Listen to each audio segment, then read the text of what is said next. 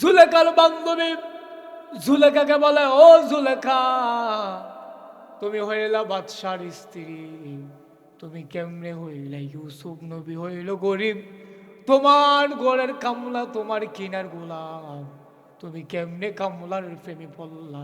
সব বান্ধবীদেরকে জুলেখা দাওয়াত করলেন, দাওয়াত করে বললেন, তোমার সবাই আমাকে আমার বাসায় দাওয়াত, সবাই যাইবা। সবাই যখন গেলেন, ইউসুফ নবীকে বোরকা পড়াইয়া ওই মহিলাদের সামনে আইনা দাঁড় করাইলে সবারা দেখলাম লেবু দিয়া আরেকটা সরি দিয়া। জুলেখা বললেন, আমি যখন বুকটা করব, তোমরা আমার ইউসুফের দিকে তাকাইয়া আর রাতের ভিতরে ওই কমলা লেবু তোমরা কাটবাম।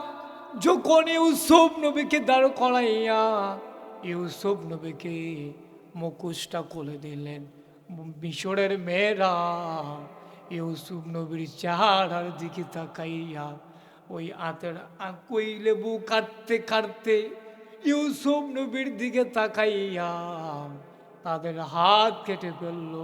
বলেন সুবহানাল্লাহ। চিন্তা করে দেখেন তিনি কেমন সুন্দর ছিলেন। একটা মানুষের চেহারা দিকে তাকাইয়া লেবু কাটতে কাটতে হাত কাইটা ফেলছে। সুবহানাল্লাহ বলবেন না?